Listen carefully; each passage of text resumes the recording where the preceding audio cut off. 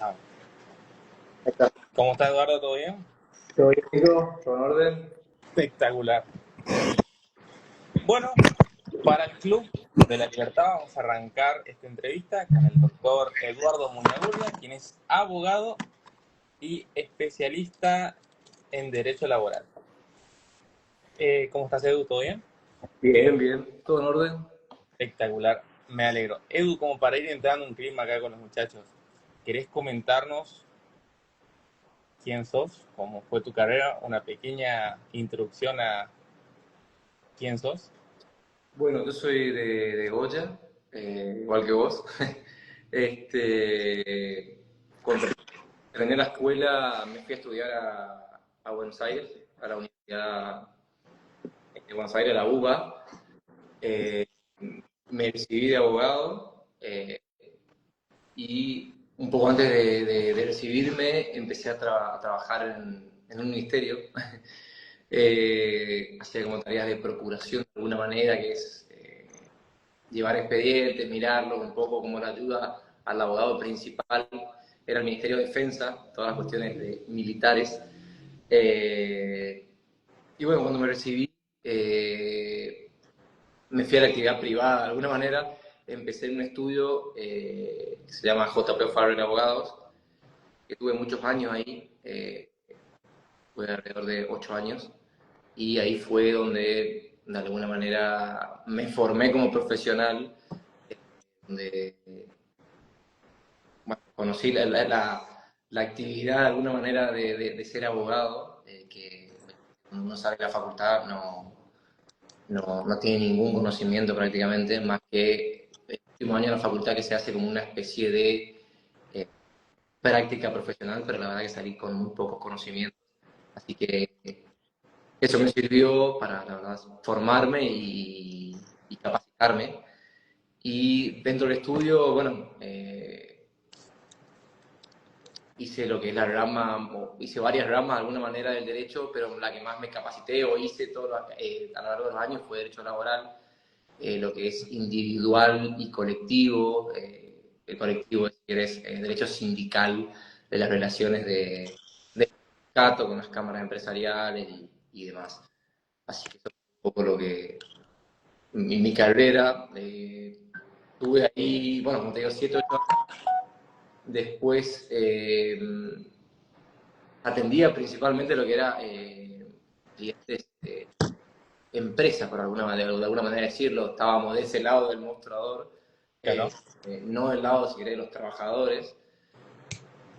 Entonces vi mucho esa parte, o sea, conocí de primera mano cómo era eh, cómo las empresas se manejaban con los empleados, con los gremios. La verdad que era interesante. Y después eh, me fui de ahí y me asocié con una colega de alguna manera que también estuvo en el estudio y hacía todo lo contrario. Tenía algunas empresas de alguna manera que se asesoraba, pero hacía mucho derecho de los trabajadores y tenía como cliente un sindicato.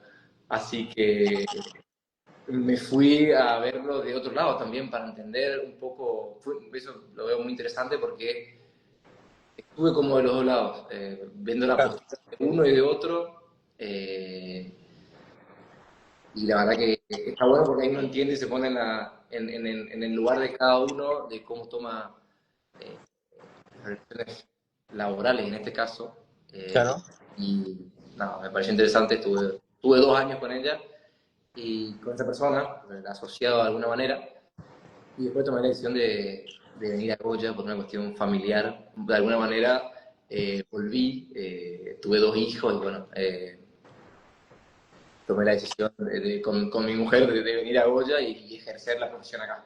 Que fue un poco empezar, si bien tengo cosas en Buenos Aires, fue un poco empezar, no de cero, pero bueno, empezar a... No, completamente otro rubro, dijo Que Goya. sí, que también es un tema para mucha gente que va a estudiar a otros lados,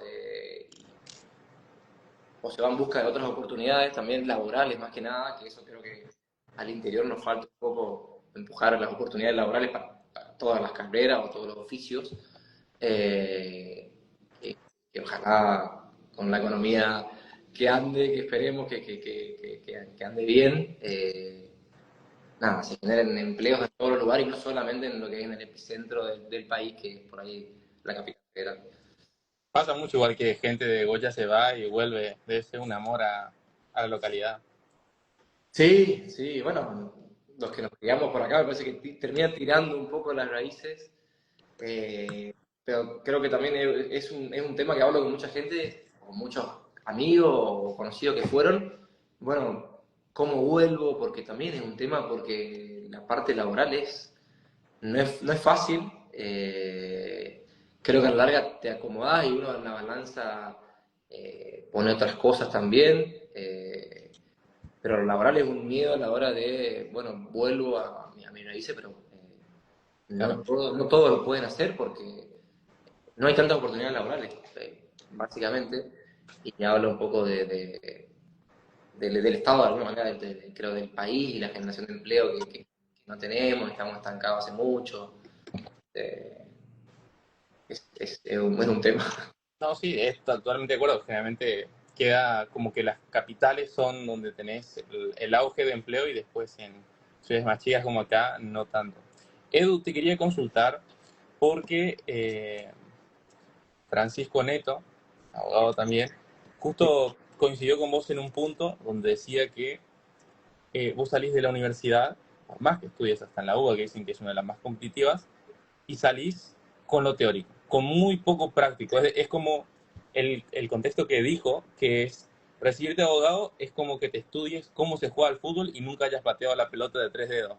No tenés ni la más mínima idea hasta que arrancás con la carrera y ahí la vas piloteando. ¿Qué tenés como para decirnos respecto a eso? Sí, totalmente, totalmente. Es otra cosa, no te enseñan La UBA creo que lo que tenía de bueno, lo que yo destacaba por lo menos, es que el último año tenía lo que se llamaba, o está todavía, la práctica profesional, que es un año que hace en tribunales. Y bueno, un poco tiene su parte loable de alguna manera porque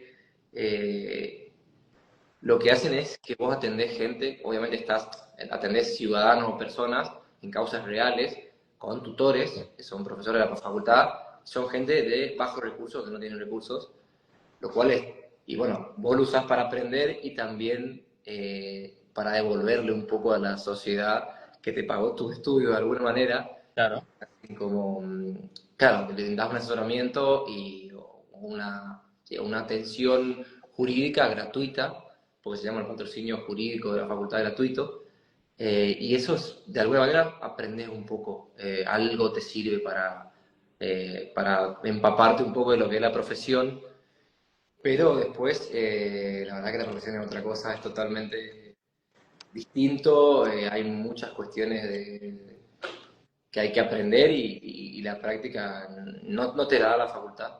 claro. Eh, y, bueno, mi consejo para los que salen es siempre tratar de encontrar un buen maestro que te pueda enseñar de alguna manera, te pueda acompañar en ese camino, porque es fundamental. Y, y hay otras cuestiones también como, bueno, cómo cobro mis honorarios, cómo hago una cantidad de cuestiones que no son fáciles, porque también uno termina viviendo de eso de alguna manera si pretende dedicarse a la actividad privada. Y son muchas cuestiones que hoy por ahí las veo, yo hago varios cursos en la facultad y demás, y veo que hay cursos relacionados a eso, a la práctica, cómo cobrar los honorarios, cómo enfrentar a los clientes, cómo enfrentar también una situación que tal vez desconozco en cuanto a me traen un problema para solucionar y bueno, si lo desconozco, cómo me tengo que manejar, también porque uno en la vorágine de tomar tal vez cualquier cosa puede pecar de irresponsable porque no todos sabemos todo. Entonces veo eso que la facultad un poco ahora, por lo menos la UBA donde yo estudié, lo está abordando y me parece interesante. Algo que se comenta mucho, por ejemplo, es que un abogado generalmente no cobra, o sea, no ve lo que está trabajando hasta tiempo después. Hasta que vos haces el circuito de clientes, recién puedes empezar a vivir bien de eso, puede ser. Sí, Por ejemplo, vos arrancaste con un caso y no lo estás cobrando ya, lo vas a cobrar acá 2, 3, 4, 5 años. y ¿Es bueno, tan así? hay de todo, hay ramas de eso por eso es muy importante aprenderlo bien o tener también, crearte esa, yo digo, esa actitud para poder enfrentar eso y cada vez que viene un cliente ser claro con eso. No en todos los casos, pero se estila más en lo laboral, porque generalmente es un trabajador que tal vez, por eso viene un poco de ahí, que quedó despedido, no tiene de alguna manera dinero, bueno, te paga cuando ganas el juicio. Pero ¿qué pasa si no ganas, que no cobras? Entonces, yo un poco estoy en contra de eso. Creo que los honorarios se pagan, se deben abonar al principio porque es un servicio, debe explicarse bien cómo se vende el servicio, qué es lo que se va a hacer. Nosotros tenemos una obligación de medios, no de resultados. No podemos asegurar resultados, pero sí medios, que lo vamos a hacer lo posible para defender sus intereses. Pero sí ocurre un poco en la práctica que hasta que no se tu ruedita de alguna manera de casos, eh, te cuesta vivir de esto, pero por ahí yo también al haber estado en un estudio que hacía mucho asesoramiento, también por ahí no es que hago caso de alguna manera nada más, por ahí trato de vender un servicio como trabajé mucho tiempo con empresas, era tratar de evitar los conflictos y eso era toda una tarea de que no llegue un conflicto antes, entonces era mucho trabajo de asesorar y brindar un servicio para no llegar a un problema, a un litigio, mucho resguardo de alguna manera, ¿no? Claro, intentar resolverlo antes para asegurarte el resultado. Sí, pero o para evitar un problema, si llegas a tiempo también te puede evitar muchos problemas, o le puede evitar a un cliente o a una empresa que puede tener alguna contingencia, hacer un control de daños previo, entonces con un asesoramiento adecuado a tiempo, evitar problemas a futuro, es fundamental un poco. Claro. Y vos que tuviste en la misma rama las dos contraposiciones, ¿qué cosas ves que hoy en día están friccionando y que podemos ver en un futuro que se vaya cambiando? Vamos por esa rama, o sea, hoy en día yo soy empleador, ¿qué es lo que me está evitando a mí tomar gente y hacer rotación de personal si es que lo necesitas? Mirá, hay cuestiones claras que todos vemos que están en el tintero hoy, es que no generamos empleo genuino en la actividad privada y eso, por lo menos hace 10 años que Argentina no generamos empleo privado, tenemos creo que la base de trabajos registrados está alrededor de 6.200.000 personas, es prácticamente la misma que había hace 10 años. O sea, es algo bastante grave cuando debería crecer no solo por la evolución de la economía en sí, sino también por el crecimiento vegetativo de la población de alguna manera. Claro, Eh, entonces nos preguntamos, bueno, ¿cuáles son los problemas? Cómo los abordamos? ¿Por qué no generamos empleo genuino y de calidad? Y hay muchas variables que ahí convergen. El costo laboral es uno muy importante. Tener un empleado en blanco realmente es muy caro. Tenemos los impuestos más caros de la región en comparación con Brasil, Chile, con Paraguay ni hablar. Entonces, para una persona que da trabajo, una pyme, cualquiera sea, es muy caro tener una persona por los aportes o el impuesto al trabajo que ello conlleva. Entonces, lo que ocurre tal vez es que la persona va por el lado de, bueno, tener a alguien no registrado o registrarlo de alguna manera a medias para que salga más barato, para que pueda por lo menos sostener su negocio, su empresa, su emprendimiento, lo que sea. Y hay otra cuestión muy importante, yo también la veo y que ahora creo que se va a abordar, alguna manera, viste que hay muchos proyectos de ley de reforma que están acercando muchos legisladores, vi que Gerardo Milman presentó uno, Romina Díez, sí, sí, sí, presentó. Todavía el gobierno como que dice, bueno, son proyectos, bocetos. ciertos legisladores no son los nuestros, como que toda la gente, está, periodistas, mucho, bueno, ¿y qué pensás de esto? ¿Qué pensás de lo otro? Y el gobierno trata de no, todavía, hasta que dicen que van a ingresar después del 10 de diciembre, oficial, lo que es Claro, en extraordinarias. claro, cuando estén la nueva composición de las cámaras. Eh, Hay algo muy importante que es los convenios colectivos de trabajo, que son básicamente, hablando en criollo, acuerdos que se generan entre representantes de los gremios y representantes de las empresas. Un convenio es un acuerdo de partes donde se pactan condiciones laborales mínimas en cuanto a jornada, salario, forma de trabajo, licencias, y eso está por encima de lo que es la ley de contrato de trabajo. O sea, para las partes rige eso. ¿Qué es lo que ocurre con los convenios? En este país tenemos convenios del año 70, año 80, que nunca se modernizaron. Y el sector sindical no quiere modernizarlos por muchas cuestiones, porque tiene conveniencia, entre otros. Bueno, si uno ve la clase dirigencial de la CGT y de todas las otras entidades sindicales, te das cuenta también por ahí son personas mayores, que tampoco hay renovación. Todos los secretarios generales tienen 30 años en el cargo, como Llano, llámese el de gastronómicos, todos tienen hace años ahí, y es una estructura vetusta de alguna manera. Pero ¿qué es lo que nos lleva a eso? A que no se modernice el trabajo, porque un convenio colectivo que fue pensado en los años 80 o en los años 70 no es aplicable en el 2025 con nuevas tecnologías, y no es aplicable en lo absoluto. Y eso genera mucha conflictividad, porque pretender adaptar una relación laboral a un convenio que tiene años, tiene 40, 50 años, es imposible. Y lleva después la litigiosidad, juicios, se plantean en los convenios categorías que ya no existen, como un telefonista, por ejemplo. Entonces, por decirte algo, un planillero, cuestiones que ya no existen. Claro. O jornadas de trabajo que quedaron viejas de alguna manera, vetustas, porque ya no se hacen hoy en día. Entonces, yo puedo generar un juicio de alguna manera atándome al convenio si mi empleador no cumple con el convenio, pero a la vez el convenio es incumplible porque esas tareas ya no se hacen en la realidad. Bueno, pero eso dice la ley. Entonces entramos en una maraña de lo que son los juicios laborales y lo que llaman a mucha gente como industria del juicio, que podemos abordar un poco más adelante. Pero también lo que veo como central es que los convenios plantean prácticamente una uniformidad de salario. Por ejemplo, el de comercio, pongámosle que prácticamente el convenio, la actividad más grande del país.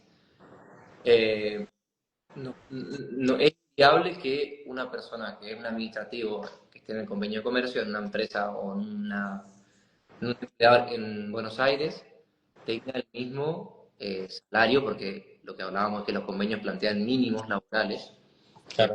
mínimos salarios laborales, y no podés pagar menos de eso, que un empleado en Corrientes, o en Formosa, o en Santiago del Estero. No es el mismo nivel de vida que tienen, los mismos costos, y tampoco las empresas tienen la misma envergadura ni trascendencia. Entonces, ¿qué pasa? Vos querés abrir un comercio, por ejemplo, en Goya, tenés que salir a pagar tres salarios de comercio. Hoy el salario de comercio, tal vez el básico o el administrativo bruto, estaban en 1.200.000, cargas sociales, patronales, llegaba a 2 millones. Y 3 empleados, tal vez estás en 6 palos abajo, y tu empresa, tu emprendimiento no genera eso, que tal vez sí genera una de la capital federal, o de Córdoba, o Santa Fe, tal vez en los lugares más productivos, que sí pueden pagar sus salarios. Entonces, lo que se plantea, lo que está planteando el gobierno, con mucho tino me parece, pero bueno, va a ser algo complejo con los sindicatos, una negociación larga, es un poco flexibilizar eso y terminar con la ultraactividad de los convenios. ¿Qué pasaba? Un convenio, ¿qué es la ultraactividad? Significa que un convenio que se hace en el 70, un convenio colectivo en el 80, tenían un vencimiento de 1 o 2 años. Pero ¿qué pasaba? Si al año o a los 2 años no se renovaba, rige el mismo, entonces tenemos los mismos convenios hace 1000 años. Lo que pretende es que esos convenios, hoy, entre una cámara empresarial y una cámara gremial, de alguna manera, acordamos ciertas condiciones laborales según los trabajos dinámicos que tenemos hoy, y si en 2 años se comprueba que eso cambió porque la modalidad de trabajo es dinámico, la modernidad nos lleva a otras cosas, bueno, poder modificarlo y que eso no quede antiguo, que no quede atrasado, porque eso genera inseguridad, genera conflictividad y genera que una persona no quiera tomar un empleado. También lo que se plantea, o entiendo que se está planteando y ojalá tenga más fuerza, es también los convenios por sector o por provincia, por empresas, que en cada lugar se pueda generar convenios de colectivos, no sé, con la Cámara Empresarial de Goya pueda generar con los comercios un convenio o escalas salariales, condiciones laborales acordes a la ciudad y acordes a lo que aquí se ve. Siempre resguardando obviamente el trabajador, nadie, porque Si lo no que me equivoco, el presidente ayer justo tocó ese tema, porque es lo que está en boca hoy en día. Lo que dijo, estoy parafraseando mal seguramente, que lo micro afecta a la macro, es decir, que por ejemplo, digamos que vos sos mi empleador, Eduardo. Eh, el pacto que yo tenga entre vos prevalece ante uno de mayor amplitud. Por ejemplo, lo que yo entendí fue, si yo con mi empleador pacto algo, mi pacto vale más que el pacto que hizo la municipalidad para los empleados de comercio. Vale más que el pacto que hizo a nivel provincial y vale más que el pacto nacional. O sea, uno detrás de otro. Entre más chico el acuerdo, supuestamente, mejor beneficiaría a la relación contractual. Corregime si me equivoqué en algo, sí, algo así sí, fue lo que entendí. de alguna manera el acuerdo de partes es lo que vale entre las partes, siempre habiendo, a ver, mínimos que no se pueden de alguna manera violar de algún modo, ¿no? O sea, yo no puedo pactar con mi empleador que no voy a tener vacaciones, por ejemplo. No, eso no se puede, porque hay una ley que dice que tiene que tener vacaciones en antigüedad, entonces eso es. Eh, a lo que entiendo que va el presidente es a Salarios, supongo yo. darle más dinamismo a las relaciones en cuanto a la necesidad de los trabajos, también respetando al trabajador, por supuesto, porque de alguna manera si pierde el que da trabajo, también pierde el que es empleado, y así nadie gana. Yendo a eso un poco, creo que ahora otro tema que se está en boga es la reforma laboral, que ya fue el año pasado y ya viene hace muchos años tratando de introducirse, es el famoso banco de horas, que es lo que quiere decir que si vos un día tu empleador te necesita que trabaje un poco más de horas, te puedas quedar y compensar otro día, tener un poco más de amplitud para eso y más de dinámica, que es lo que ocurre también hoy, viste, las relaciones no son como las de antes, las relaciones laborales.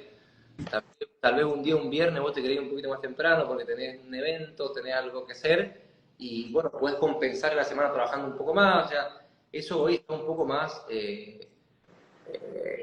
rígido, como que la ley un poco no te da la oportunidad de jugar un poco con eso, sí tener de alguna manera la venia o el consentimiento del trabajador, pero por ahí eh, no ocurre. Entonces creo que el Banco de Obras es interesante, hay que ver después cómo se reglamenta, porque tampoco es, bueno, viste que ahora es como todo, cada vez que sale algo, bueno, ahora van a trabajar 24 horas seguidas los trabajadores, como que hay un Claro, poco, todo hay que verlo. también se da eso y no es tan así, porque hay mínimos, hay muchos contrapesos en la ley que te dicen, bueno, entre jornada y jornada tiene que haber un descanso de 12 horas, como que, pero creo que el camino está bien pensado, Claro, es hacia donde ir. Por ejemplo, a mí con respecto del Banco de Hora, no es un Banco de Hora, pero yo conocí una empresa que lo que hacían, por ejemplo, es el sábado a la tarde que trabajaban, tenían ese mediodía para compensar en cualquiera de las semanas, es decir, porque necesitaban menor cantidad de personas, por ejemplo, un sábado a la tarde, y esa tarde que se trabajó en la semana podían pedirse tanto la mañana o la tarde para compensarlo y no laburar. Me parece súper práctico también hasta para el empleado mismo pueda disponer un poco más de su tiempo. ¿Vos qué opinás? Totalmente, totalmente. Por eso digo, no es que viste, cada vez que va a haber un cambio, como que obviamente la parte trabajadora se agarran como no, yo no quiero que se mueva nada porque va a ser una pérdida de derechos y bueno, no es tan así. Hay que modernizar el trabajo urgente, de alguna manera urgente. porque por los datos que son tristes de la realidad, que no generamos empleo hace 10 años, no se genera empleo, necesitamos generar empleo y en ese sentido creo que los convenios de empresa o convenios entre partes son pueden ser muy útiles. Que un convenio de empresa es salirme del convenio general y decir, bueno, yo tengo una empresa de 10 personas. Bueno, acá acuerdo que se trabaja de esta manera, de vuelta, respetando derechos, pero esta actividad es particular, la hacemos de este modo. Puede ser 10 personas que trabajan en plataformas virtuales. No tiene que ser, uno se imagina un obrero, ¿viste? Dándole, tampoco es que es tan así, o sea, pueden ser, como viste, los trabajos hoy en día pueden ser 10 personas que trabajan en sistemas.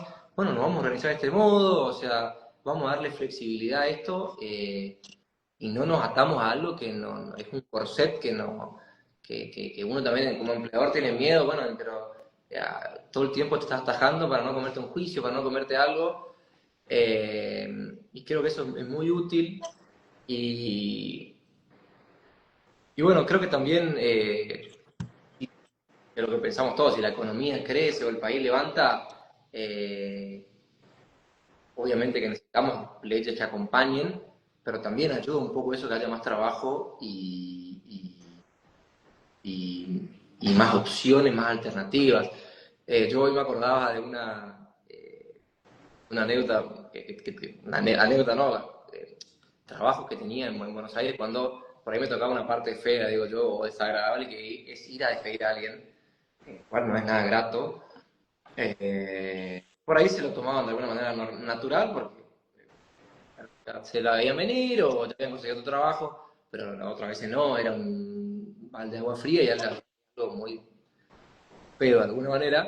Y, y era de alguna manera gracioso cuando íbamos a despedir a alguien de sistemas, que hacía sistemas de empresas que le brindábamos servicios y era, bueno, ya se despedía a alguien y la persona lo tomaba de la mejor manera.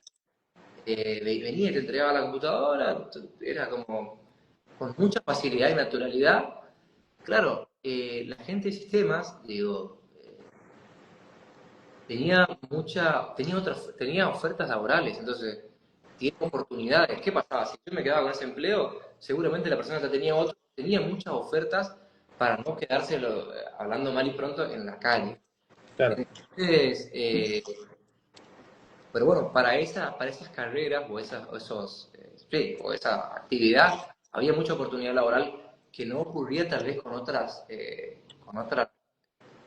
carreras, otros oficios o otros trabajos. Entonces por ahí la gente se aferraba mucho porque dice, si me voy de acá, ¿a dónde me voy? Entonces me voy a llevar algo porque después no sé qué hago. Y eso habla también mucho de nuestro país, de no generar empleo hace 1000 años y como hablé hoy, y tampoco empleo de calidad, porque si me voy del trabajo donde estoy, ¿qué hago? Y eso la verdad que deberíamos cambiarlo y creo que si generamos más empleo, con más empresas, con más inversión, con más reglas claras, seguridad jurídica, eh, eh, va a haber trabajo, creo que para todos. Los trabajos se van modificando, se van cambiando. Va a ser un desafío también eso, porque al estar cerrados al mundo mucho tiempo, Argentina de alguna manera, cuesta después cuando vienen las nuevas tecnologías, porque viste, tal vez los trabajos van a cambiar de golpe, también irrumpió la inteligencia artificial, o sea, hay algo que pero hay que tomarlo, o sea, hay que Claro. adaptarse, introducirse al mundo, eh, va a ser un desafío, pero bueno, creo que es lo que tenemos que hacer. Eh, con respecto, quiero tomar la parte de la empresa y vamos despacito hacia lo que es la industria del juicio. Yo conozco muchas empresas que lo que hacen es, gran parte acá, por ejemplo, en una ciudad chica como acá, toman a la gente mediodía en blanco, mediodía en negro y le pagan la parte, o sea, no es que no le pagan la parte de la tarde, sino que simplemente la pasan en negro. Vos lo asociás a un tema de costos, a un tema administrativo o a un tema para evitar que les salgan con un juicio multimillonario y les hagan cerrar. Creo que hay muchas variantes. Lo principal para mí es el costo laboral. Muy caro tener un empleado. Yo, sinceramente, obviamente, seguramente 10 personas que dan trabajo, la mayoría pensará de este modo y capaz hay algún vivillo, no voy a decir que no, que quiera ahorrarse un costo a este tipo, le voy a pagar menos para ganar más yo. Creo que son los menos, pero hay, por supuesto, pero no es la generalidad. La generalidad es que te sale muy caro, un empleado muy costoso, y entonces, si tengo que cumplir con todo de alguna manera, no sé si puedo, no sé si puedo que mi negocio camine. Entonces, de alguna manera incumplo con ciertas leyes laborales, ciertas reglamentaciones, pero yo creo que a esa persona lo llevan a incumplir el costo. Si el costo fuera normal y acorde, y también convengamos que la actividad económica viene deprimida hace mucho también, entonces es como algo explosivo, porque somos un país que vamos así, crece, bueno, ya no crecemos, no sé, habría que ver la estadística, pero hace mucho que no crecemos. El PBI no crece hace mucho, entonces, salvo algunas actividades que le van bien, la general es más sobrevive. Pero sí, en conclusión es que tener un empleado sale muy caro y entonces lo lleva a que un empleador siempre tenga una pata floja con algo, que ahí es donde entra tal vez la industria del juicio, porque el empleado siempre tiene algo para encontrarte.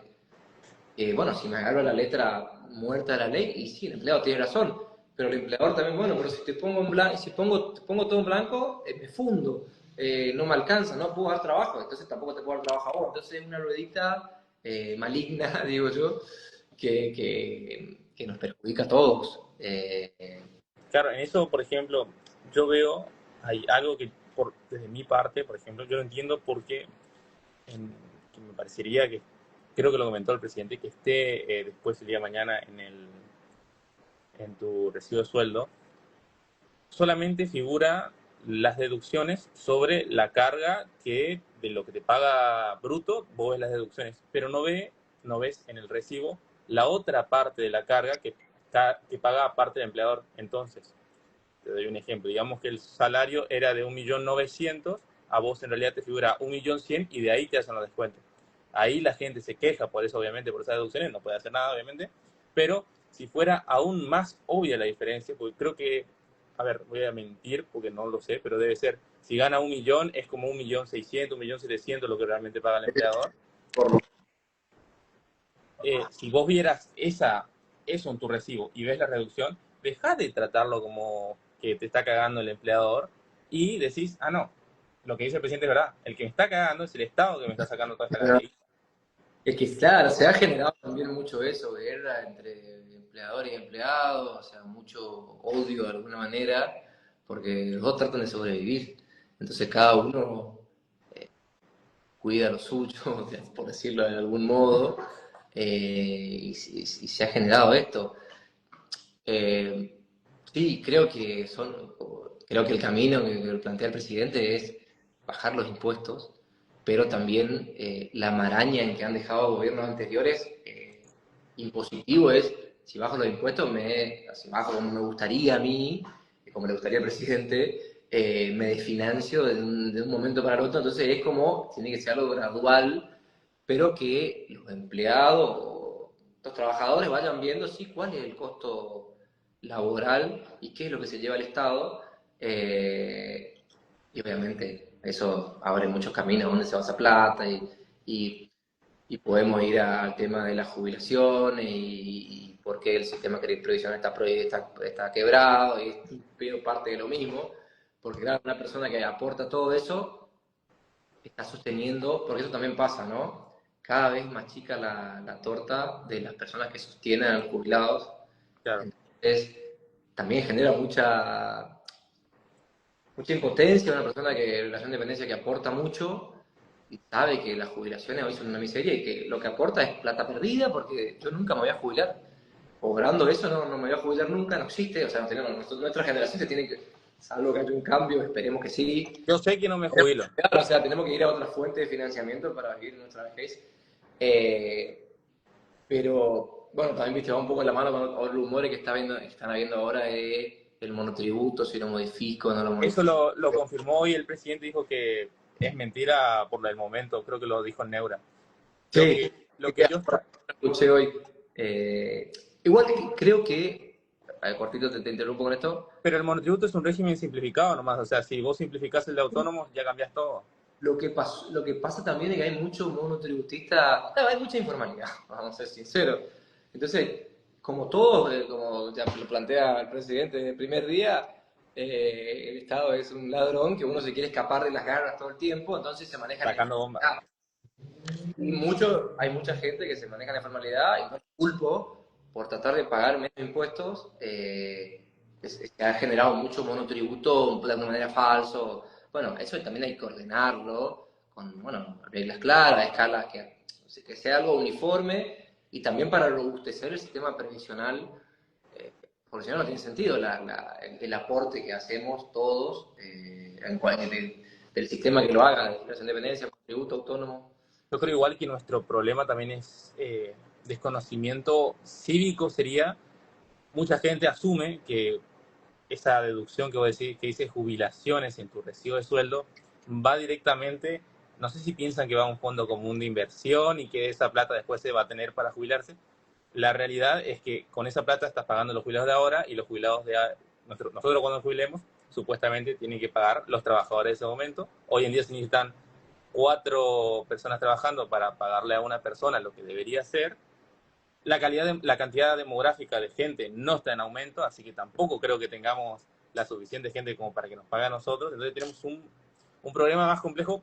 Yo, por ejemplo, yo tengo 24, estoy seguro que no me jubilo, hay que ver otra manera. Me gustaría retomar con vos el tema de los juicios, la industria del juicio, que es justo un tema que yo sé que es algo fuerte para vos. Es tu fuerte, perdón. A mí me contaron de casos, por ejemplo, donde un empleado, al ser despedido, no quedó contento con lo que percibía y eso arrancó en un litigio. El litigio duró 3 años, 4, y ponele que era de 3 palos que era, terminó en 96 millones. ¿Por qué vos crees que se da esa maraña? Porque no hay un límite que se le imponen, que definitivamente puede terminar quebrando una pyme de un día para otro, un importe así. Bueno, me voy por el final. La reforma se plantea que ya hubo en el DNU 70 del año pasado y se intentó meter en la ley base, no hubo consenso de que en realidad está en el DNU, pero el DNU después se judicializó por la CGT y demás, bueno, que puedan pagar los juicios en 12 cuotas con un interés que va a la mano del IPC, obviamente buscando esto justamente, ¿no? Que no funda un juicio, te funda una pyme, y me parece algo interesante y borde porque además se va actualizando y con un IPC según el nivel de vida. Sí, como un alquiler. Exacto. Volviendo al principio, bueno, también plantea que fue en el DNU, pero lo van a meter de vuelta ahora porque también fue judicializado, el tema de las tasas de interés para que sean uniformes en todo el país, porque ¿qué es lo que ocurre? Depende de qué juez te toque en cualquier jurisdicción, él obviamente no ayuda tampoco a la inflación galopante que hay, entonces cada uno tiene su sensación sobre cuánto hay que actualizar este crédito, y eso fue lo que ocurrió con la pandemia y post-pandemia y post-masa, de alguna manera, el gobierno anterior, que fue una inflación galopante. Entonces cada juez actualizaba los juicios en base a lo que creía que algunos era IPC, otro RIPTE, que otro índice de medida, otro SER, hay muchos índices, y iban actualizando y por ahí se hacía un monto increíble, y tal vez ese monto guardaba relación con lo que fue hace 4 años atrás, pero en el medio de la empresa tal vez le fue para atrás y no pudo ir acorde a la inflación, y bueno, se volvió algo inconmensurable y algo impagable. A ver, los juicios laborales sí, hay mucho mito en cuanto a inventos, digo, bueno, te ponen testigos, los hay, por supuesto que los hay, pero no creo que sean la mayoría de los casos. Creo que es un poco que lo repetí hoy, al empleador le cuesta tanto estar en regla, porque es tan caro que siempre hay algo, y también los convenios son tan antiguos, las modalidades de trabajo son medio vetustas, siempre hay algo que está tal vez incumpliendo de alguna manera. Entonces siempre el trabajador tal vez tiene de algo que agarrarse como para, che, te intimo a que me registres de manera correcta este salario, esta jornada. Bueno, tal vez el empleador dice, no, no lo voy a hacer porque no después vienen todos atrás, bueno, todo un tema que es más largo, y eso va generando muchos juicios. Pero el problema principal para mí es que es muy caro tener un empleado. Eh, siempre hay algo que te da una pata floja, digo yo, porque te cuesta tener todo de alguna manera en regla. Ni hablar, tener inspecciones laborales del ministerio, tener que tener todos los libros y una cantidad de cuestiones burocráticas que también son costosas.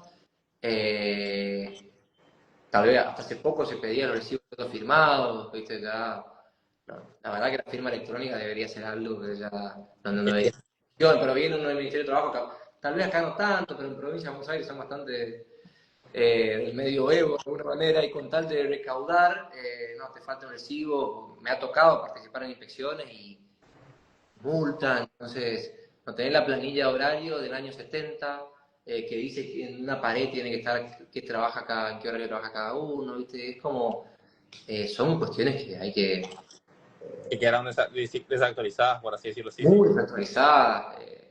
Hasta hace poco, el año pasado, la reforma también sacó las multas laborales por falta de registro, que ahora está habiendo un problema con eso.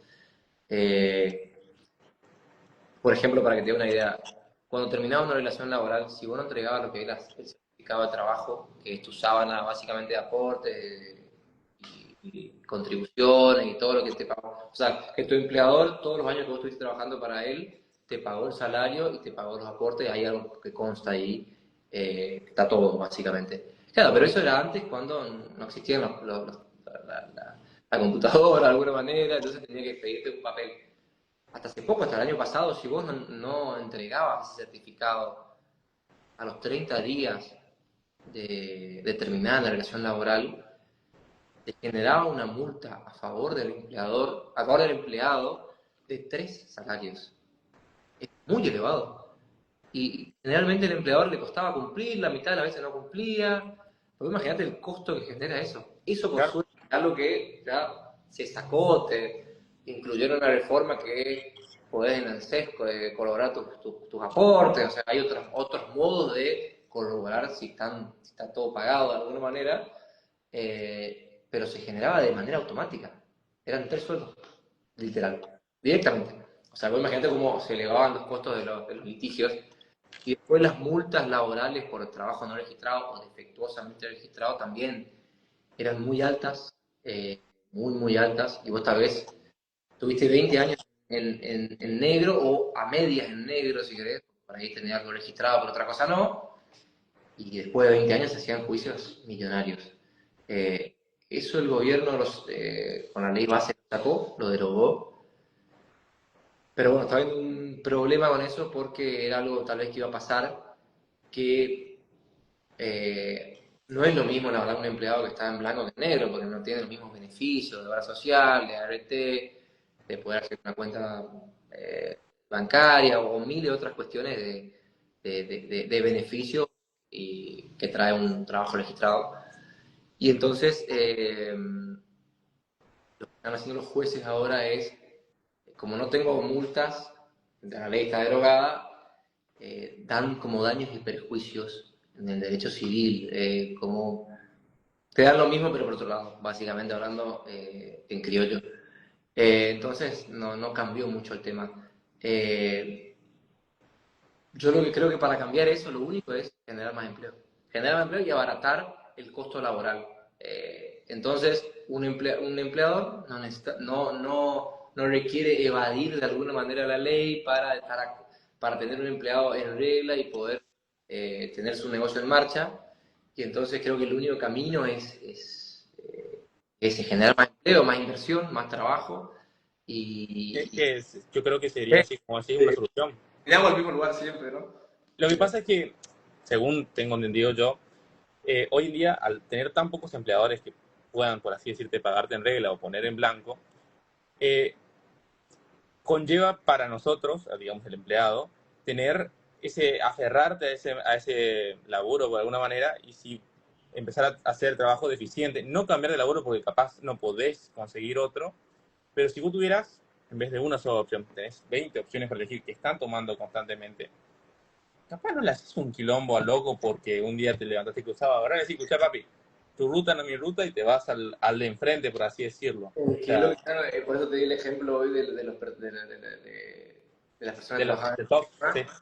Claro, no tenían ninguna necesidad, ni querían tener ningún, que tal vez tenían un derecho de alguna manera. Generalmente esas empresas de sistema que yo asesoraba en ese momento eran más, eran por ahí multinacionales, entonces podían cumplir sin problema o tenían más espalda para poder cumplir con un empleado en blanco en su totalidad, pero no tenían no tenían, al tener otro laburo en otro lado, otra oportunidad, también algo cultural ¿sí? De nuestro tiempo, de si me voy a un lío o me llevo algo, porque no Te sé digo dónde la que se dice siempre, yo no le voy a regalar estos daños a la empresa, esa es la más normal que vas a escuchar por todos lados. sí, No, ojo, yo si me voy no le regalo los daños a la empresa. tampoco siempre quiero quedar a trabajar porque yo estuve de los dos lados y sé lo que es, por ahí, pues hay de todo, ¿viste? No hay que generalizar, no hay que generalizar porque creo que por ahí hay personas que trabajan muy bien y por ahí el empleador no se portó tan bien con ellos, ¿viste? Hay No, de no, todo. sí. Pero yo creo que como conclusión es que todo esto se genera porque es muy caro tener un empleado en blanco, los costos son muy altos y hay mucha informalidad y lleva la informalidad y eso ¿Y hace escalar los cómo fue en pandemia? Vos que tuviste, ya estabas ejerciendo, tuviste la posibilidad de ver esto de la doble indemnización. ¿Se llegó a implementar o no se implementó? ¿Qué caso tuvo? Sí, fue para mí una medida de alguna manera nefasta porque como todo eso va generando el efecto contrario. De hecho, no se podía, el primer DNU que sale, yo me acuerdo que hacía informes todo el tiempo, de cualquier modo, porque eso también, nuestra profesión también nos lleva a eso, a estar actualizado a full lo que sale ahora y tener que estar actualizado porque esto es muy cambiante y si no te quedas afuera y te quedas, podés asesorar mal o podés quedar responsable de alguna manera. Y el DNU de Alberto, el primero, me acuerdo, 3419, se lo sacó en diciembre, era que no, fue antes de la pandemia, no se podía despedir directamente. No se puede. Y después después saca ese y saca otro DNU que era planteado una doble indemnización. Si se despedían después, eso fue un año. Pero sí, vos imagínate, los empleadores no tenían ningún ingreso, nada, y mantenían una estructura de salario prácticamente al 100, tampoco podían despedir, y ahí va un poco lo que se empezó a generar, ahí va lo que hablábamos hoy de las entidades sindicales, del poco tacto que tienen, poco tacto no, tienen negocios, tienen intereses y no le interesan modernizar el trabajo ni generar más trabajo. Entonces lo que se planteaba en la pandemia era salarios de suspensión. Bueno, no lo puedo, los gastronómicos pasaban mucho, porque imagínate quién se iba a ir a un restaurante o a un lugar, nadie. Entonces, al personal se le pagaba un 70%, o sea, y el gremio permitía hasta ahí nada más, que era lo que autorizaba el Ministerio de Trabajo también. O sea, prácticamente no era compartir las pérdidas, porque después era, quieren compartir las ganancias, pero las pérdidas ahí no se compartían. Prácticamente te tenías que pagar el 80% y podías dejar de pagar contribuciones patronales al Estado. De alguna manera era un alivio, pero no tanto, porque el trabajador prácticamente percibía no el 100, pero un 80, un 70, y los sindicatos no contribuían para nada en eso. Y del lado de los empleadores un poco manifestábamos, necesitamos más flexibilidad con esto porque si no, esto explota, se queda la gente sin trabajo, esto se quiebra y fue muy difícil, y ni hablar después con la organización. Eran costos elevados.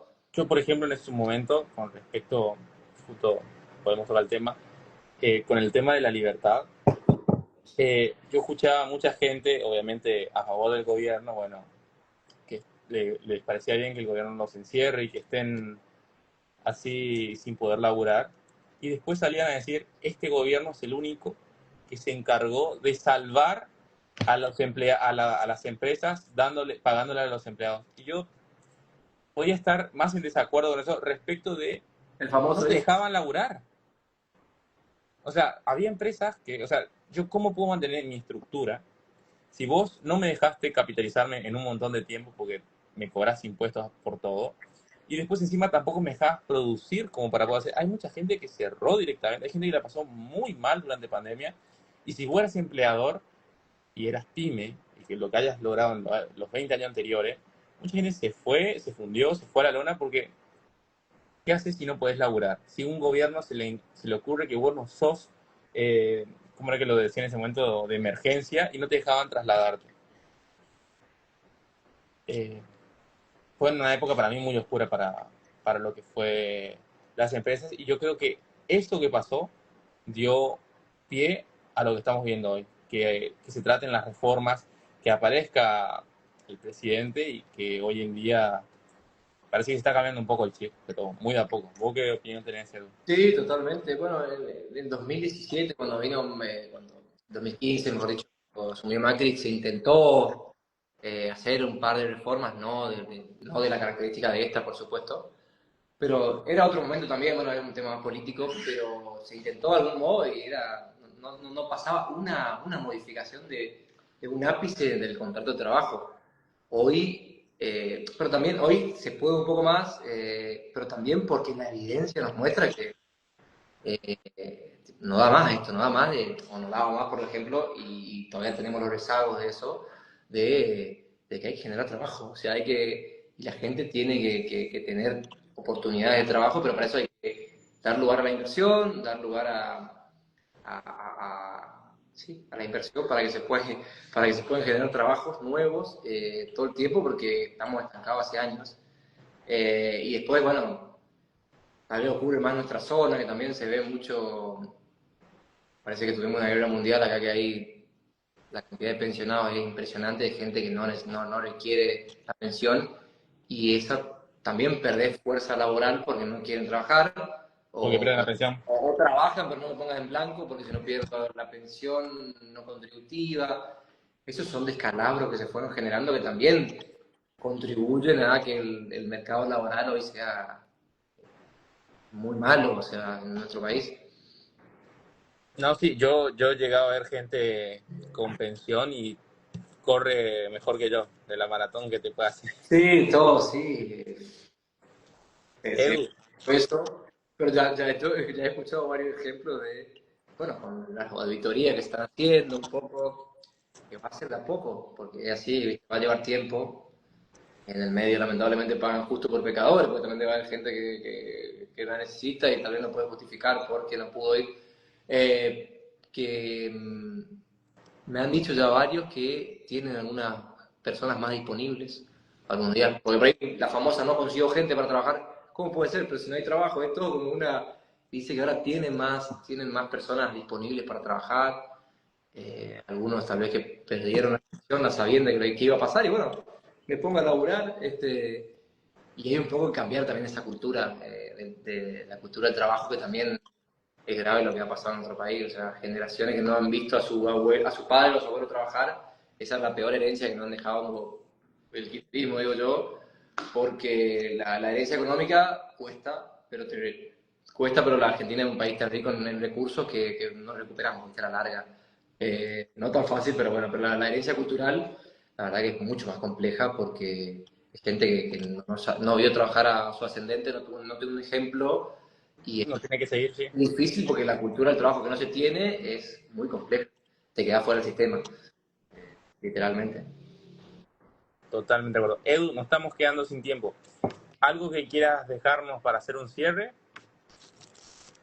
No, pues esperemos que ver el tema de las reformas que vienen. La verdad que lo que se plantea es interesante.